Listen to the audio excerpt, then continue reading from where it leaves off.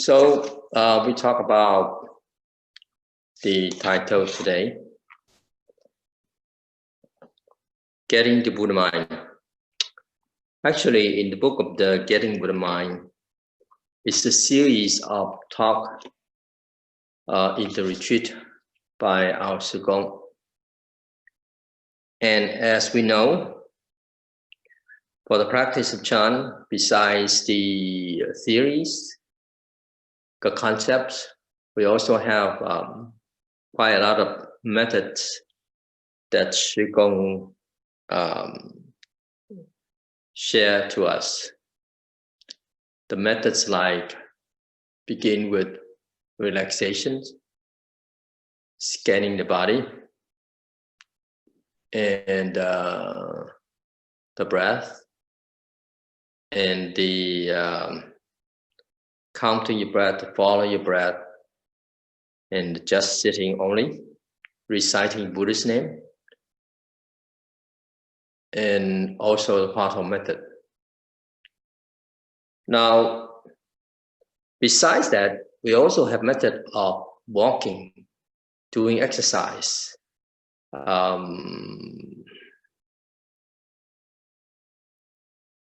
and prostration, and sleeping as well.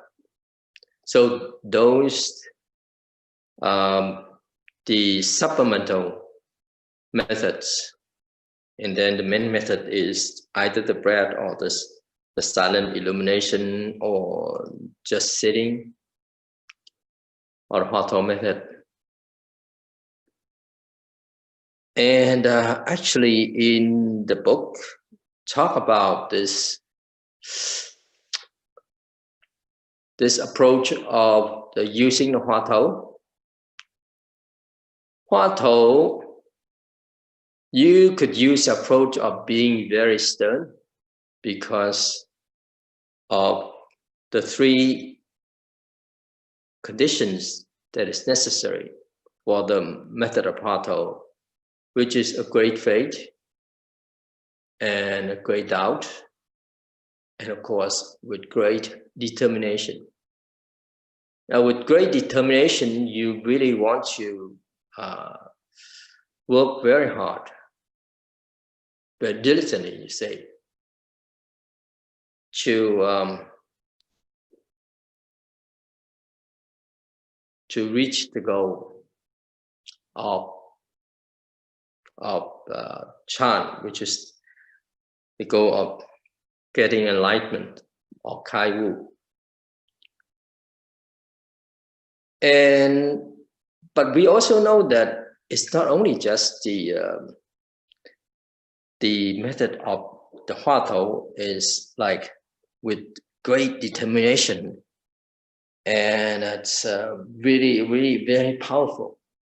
Not only that, but also in the approach, there's one more method.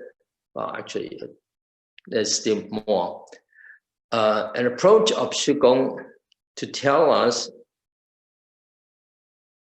is the method of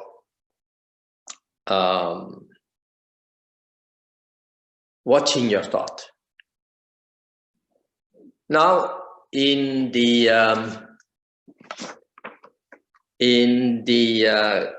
Chan magazine, spring 1977, it says like this. The method is like this.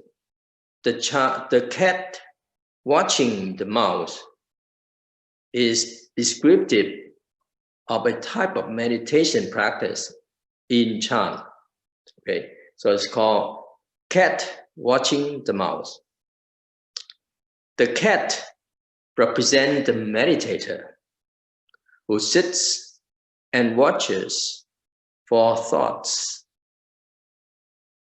as the cat would sit and watch the mouse hole. Now, it's very important. Watch the mouse hole. The mouse representing a thought withdraws immediately upon seeing the cat.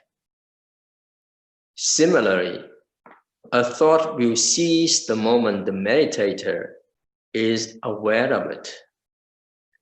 This approach is also used in silent illumination method.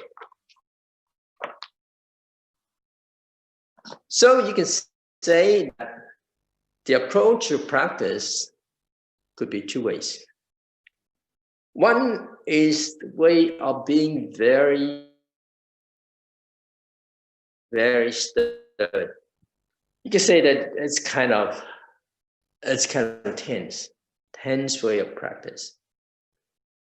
Say, for example, if just right now, try to be more awake, very, very awakeful, which is you don't want your mind, you don't want yourself to feel sleepy at all.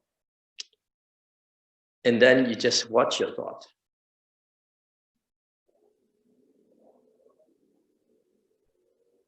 Just watch yourself.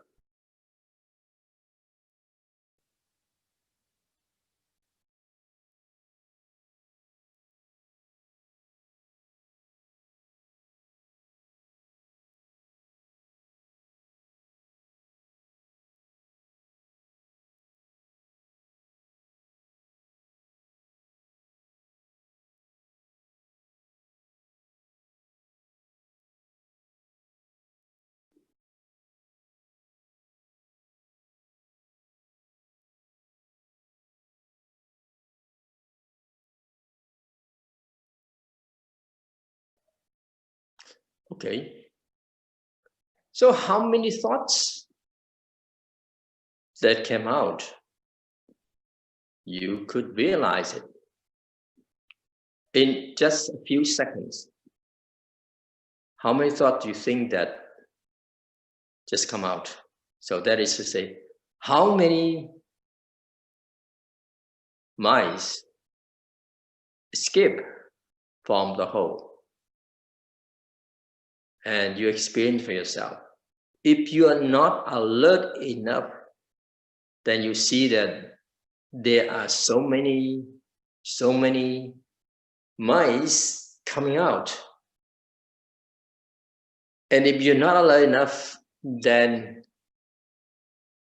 you probably will just follow the thoughts. So in a way, you have to be very alert, very, very clear and watchful. And this approach, you could say that is a very tense way of using the method. If your mind is not stable enough, is not calm enough, is not clear enough, you will feel tired very easily. So this is approach could be used in the silent illumination method.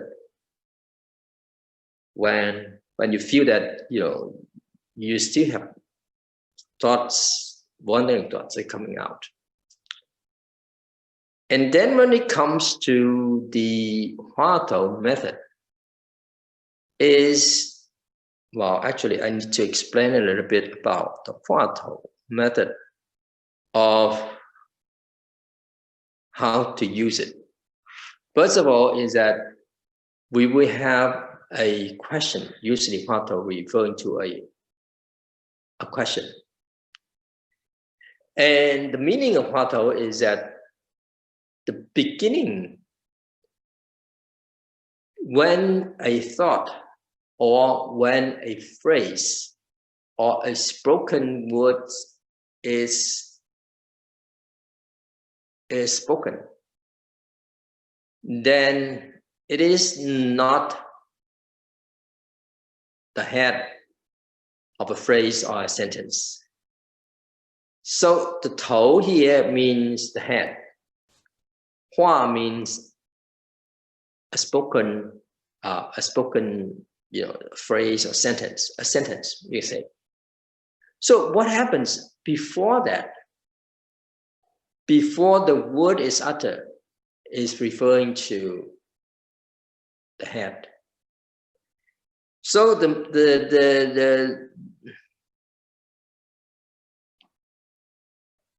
meaning of the Huatao refers to even when a phrase is uttered before that, right? So that's what exactly means the head of a sentence or a phrase or a spoken word. And using the Huatao, you also need to be very clearly that you want to find the answer to this. Because usually when we use the method of Huatao, we can't just all the time stay where the beginning of the spoken word is. So we need to use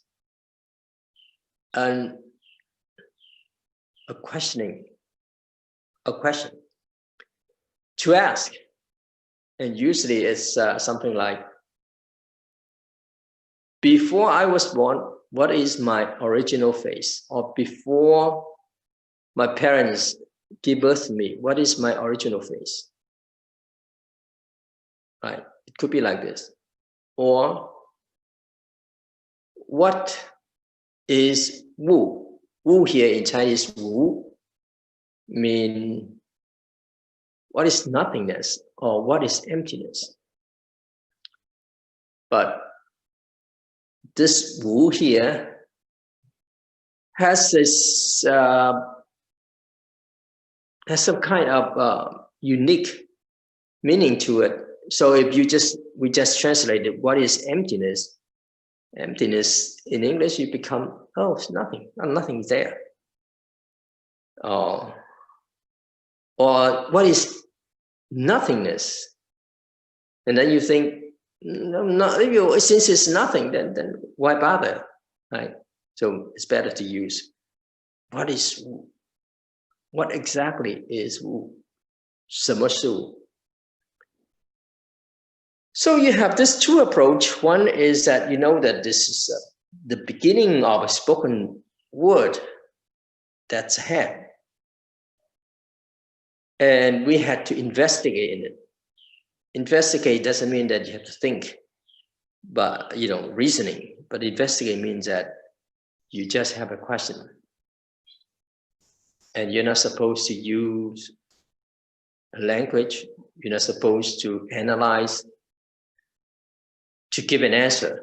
So no logical thinking there. It's just the feeling of wanting to know what exactly it is. So that is what it means. By using the method of Huatao. And the approach could be very stern. Now, there comes the question of how come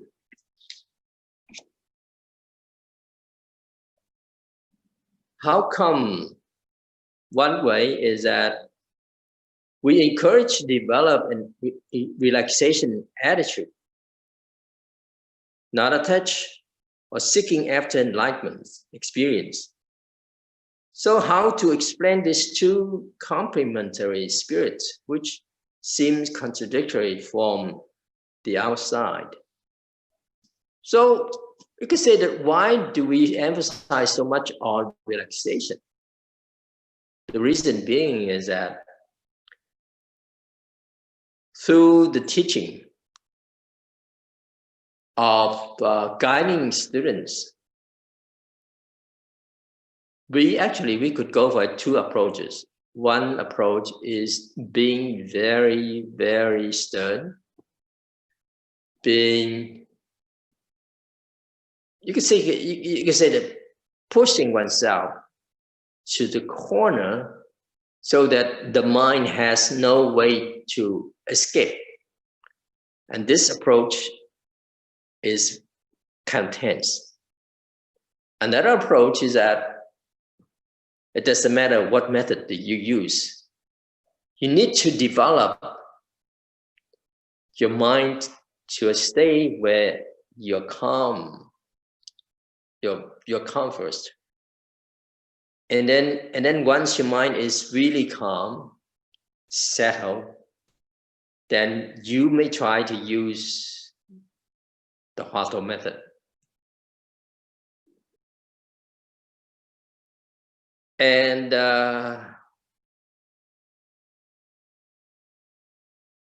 this is to say, to build up a very firm foundation of being stable. And not easy for us the mind is not easy to waver up and down. So as the mind is kind of settled and also kind of calm and clear, then usually, actually from a very early time when Qigong was teaching, leading retreat, if you could use the method of the breath until you feel one-minded, then he will give you a Hua to use. So actually, even with the approach of the Hua, it could be, you also need the very good foundation of the mind is calm, and then use the Hua method. So afterward, the method of the Hua could be tense way, but it's still, you need to have, you could use two approaches. One is, very sternly using it,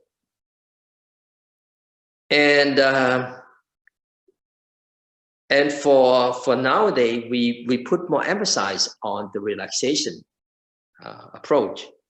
Is that even when we use the method of the breath, if your mind is not settled, if you're not relaxed enough, you can't even use the method of the breath.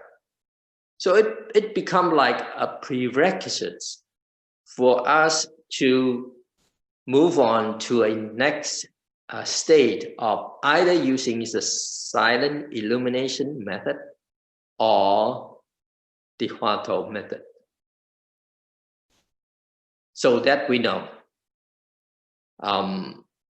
There are just a few people, not so many people, that could use the approach of being very stern, very strict right away. And for the majority in general, if we use a very strict way, well, actually we experienced something that, somebody that didn't know how to relax themselves, and they try very hard, it could lead to some unpleasant situation for the person. And many years ago, when Qigong was leading, and in the using of the Hua method, people may cry, people may yell, people may laugh out loud. But after a while, it seems like they have some kind of experience that is maybe it's very unique, but it did not really help much for the person, because the person did not really show afterward, how one is more stable with the practice. And later on, we just put more and more emphasis on the approach of being more relaxed. Just make sure that you're relaxing, and then you could use the method of the breath very well.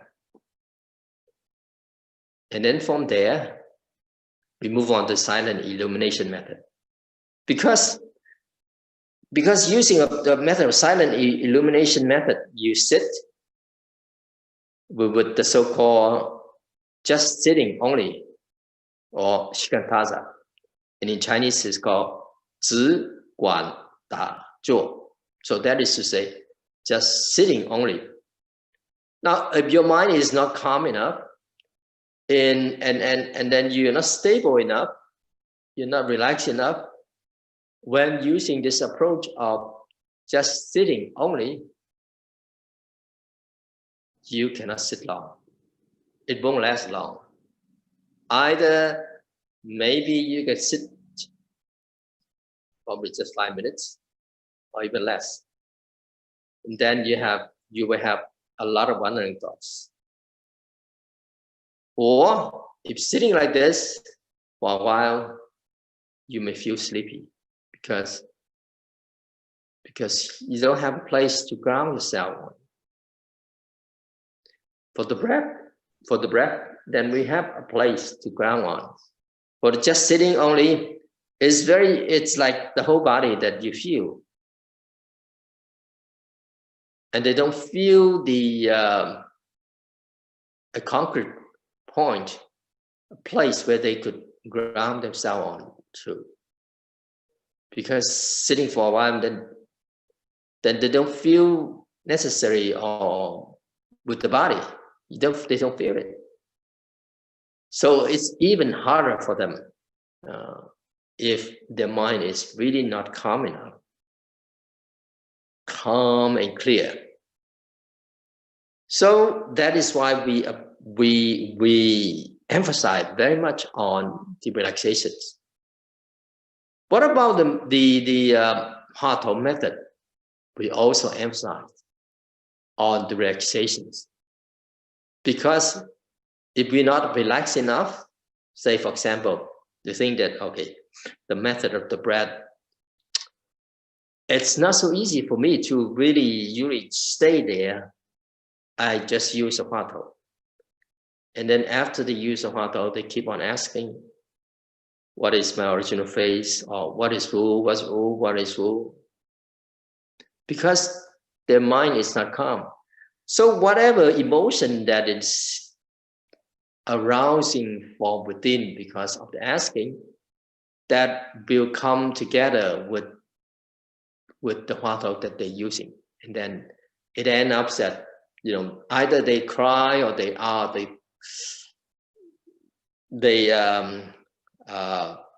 laugh and they shout out loud. So actually it's a waste of time, right? So both of the methods, either silent illumination and then the Hatha method, we just need the relaxation, the calmness, the stability of the mind to be built up. That foundation has to build very firmly. And then when you use the approach of the Hatha, because of that strength that you have, then it's safer for you to approach, to use the method of the Hatha. So that is exactly why. Now the second one is that how important is Kayu experience in Chan tradition? Kayu referring to the experience of enlightenment. What is the role? What is its role in our lifelong journey of practice? Kayu. Well, for the practice of Chan, it's very important if we experience that, and it is necessary. The being is that once you have the experience, then your faith will not be, your faith will be very strong, and then your faith will not be subside once you have the experience.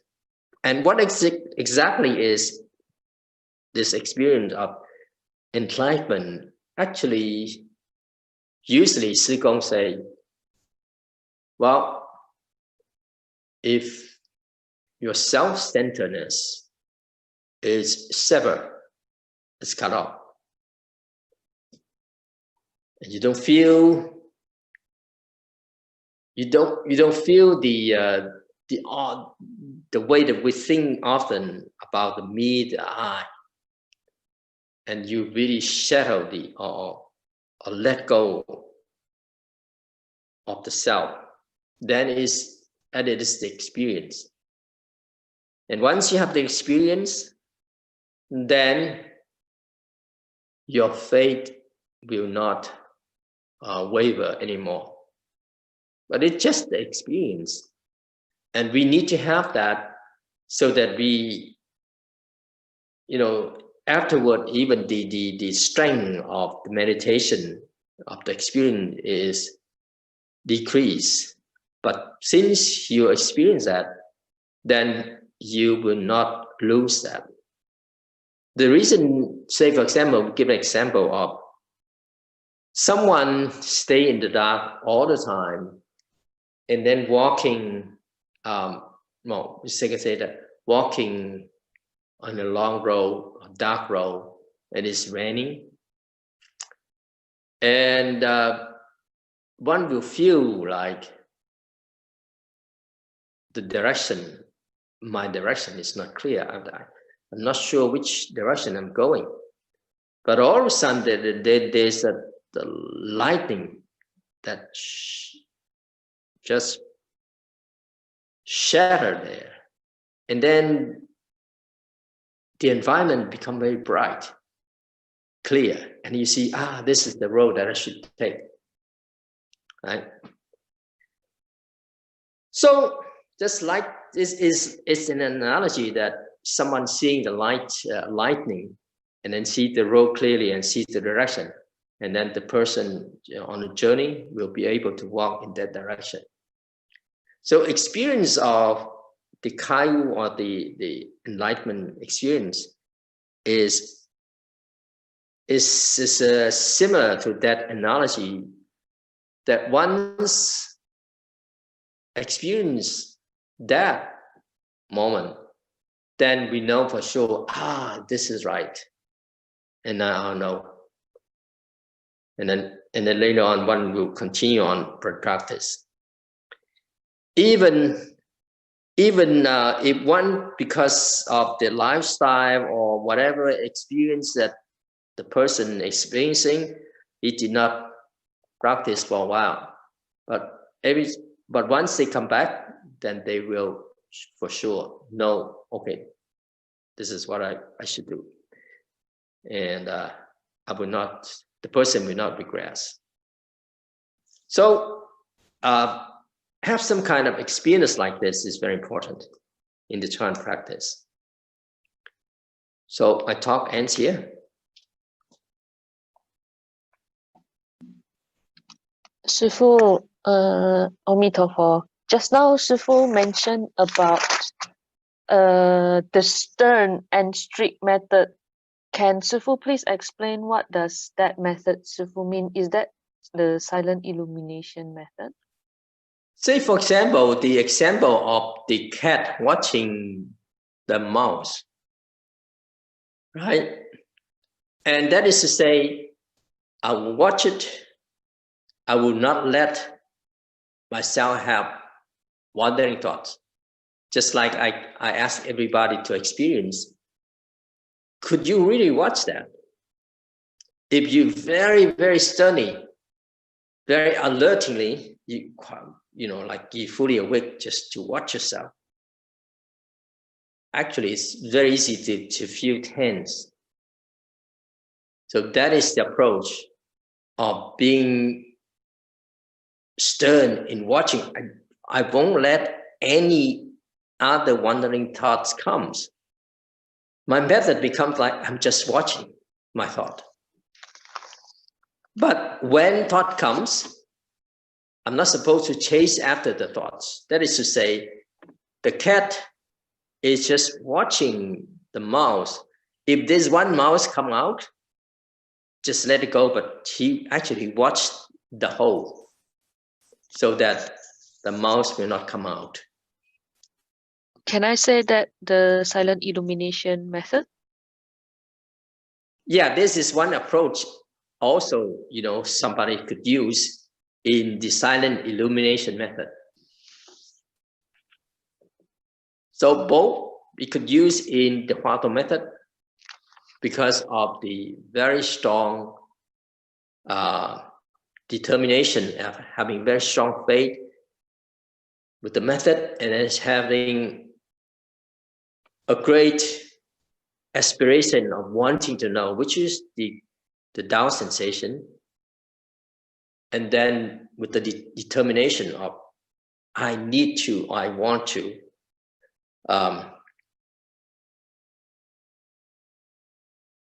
experience what exactly is it that everyone is, or this question is asking me, what exactly is it? What is my original face before I was born? Or what exactly is this emptiness or this womb? What is it? So I have very strong urge, very, very strong urge to find out. And then becomes, you could say that it becomes very tense. So I have to settle myself first. And although I have this very strong urge of wanting to know, I still need some patience so that I will not, blow up, explode. I mean, I will not explode myself by just asking, but with very patient, very, you could say that a lot of patience, but consistency. Okay. Okay, thank you, Sifu. So our time is up already. Actually, we got 2 questions for Sifu, but I think the time is up already, and I can just email Sifu the question. Okay, fine. Okay. Shifu, please allow me some time to do some summary. Jadi,